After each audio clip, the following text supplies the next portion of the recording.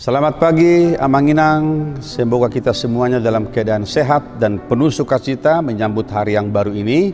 Sebelum kita memulai aktivitas kita, marilah kita mendengar firman Tuhan yang menyapa kehidupan kita hari ini. Tertulis dalam Injil Markus pasal 9 ayat yang ke-7, berbunyi demikian. Maka datanglah awan menaungi mereka, dan dari dalam awan itu terdengar suara, "Inilah anak yang kukasihi, dengarkanlah dia." Dalam bahasa Batak dikatakan, "Jala Roma obun sada mengalinggumi nasida, langsung makuling suara siar bagasa no buning hidokma, odo anak kaholong aku, tangi hokamuma ibana." Demikian firman Tuhan. Saudaraku dikasihi Tuhan Yesus Kristus, ayat renungan kita hari ini adalah bagian dari peristiwa di mana Yesus dimuliakan di atas gunung. Peristiwa ini sering disebutkan dengan istilah transfigurasi Yesus Kristus. Suatu penglihatan oleh murid-murid Yesus ketika mereka berada di atas gunung itu, mereka melihat ada dua sosok manusia, yaitu manusia Musa dan Elia bersama Yesus. Dalam penglihatan itu murid Yesus sangat kagum dan berkata, "Rabi, betapa bahagianya kami berada di tempat ini. Baiklah kami mendirikan 3 kemah, satu untuk engkau, satu untuk Musa, dan satu untuk Elia."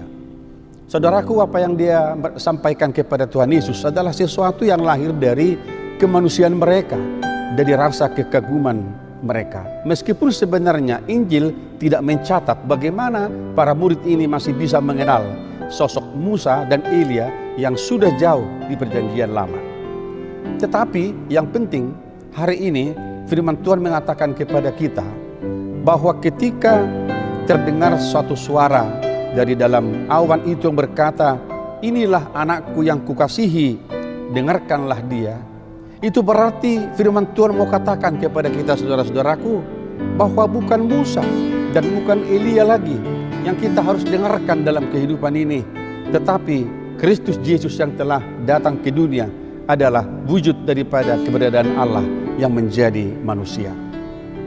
Saudaraku dikasihi Tuhan, mari kita melihat bahwa suara ini menjadi suara yang terus-menerus sampai kepada kita sebagai orang Kristen, yang berkata kepada kita bahwa di dalam Yesus Kristus Allah telah hadir menyatakan kasih-Nya, menyatakan rencananya bagi manusia.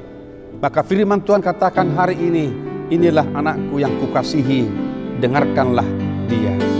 Saudaraku, jangan pernah meragukan Yesus Kristus yang adalah anak Allah, yang telah datang ke dunia membawa misi keselamatan itu, sehingga di tengah-tengah hidup pikuknya zaman yang maju ini, maka setiap orang Kristen diharapkan telinganya selalu fokus mendengarkan hanya kepada suara Allah. Saudaraku, suara Tuhan dalam kehidupan kita adalah suara yang membawa kita berjalan melintasi kehidupan ini di tengah-tengah berbagai peristiwa. Mendengarkan suara Kristus dalam kehidupan kita adalah jaminan bagi kita untuk boleh meraih sesuatu impian kita di masa depan. Jangan berikan telingamu mendengarkan suara-suara yang bukan datangnya dari Tuhan, tetapi arahkanlah hatimu, pikiranmu, telingamu hanya mendengarkan suara dari Tuhan. Sebab apa yang menjadi suara Tuhan yang adalah firman agung itu, yang adalah kemuliaan Allah, adalah menjadi kebahagiaan kita, sumber kekuatan dan sukacita kita menjalani kehidupan kita. Bapak Ibu jemaat yang dikasihi Tuhan Yesus Kristus, tentu ayat ini juga akan mengevaluasi kehidupan kita hari ini.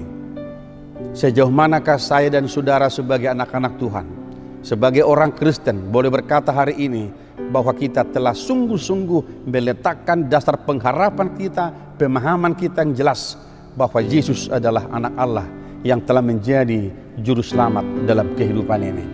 Oleh karena itu, setiap manusia yang telah menerima Kristus yang menjadi Tuhan dan juru selamatnya, di dalam kehidupannya, dalam hatinya, dalam pikirannya tidak ada keraguan dan tidak ada ketakutan, bahkan kekhawatiran menjalani kehidupan, sebab di dalam Dia kita akan dibawa menuju sebuah kehidupan yang lebih baik daripada hari ini. Saudaraku dikasihi Tuhan, hari ini kita akan melanjutkan pekerjaan kita.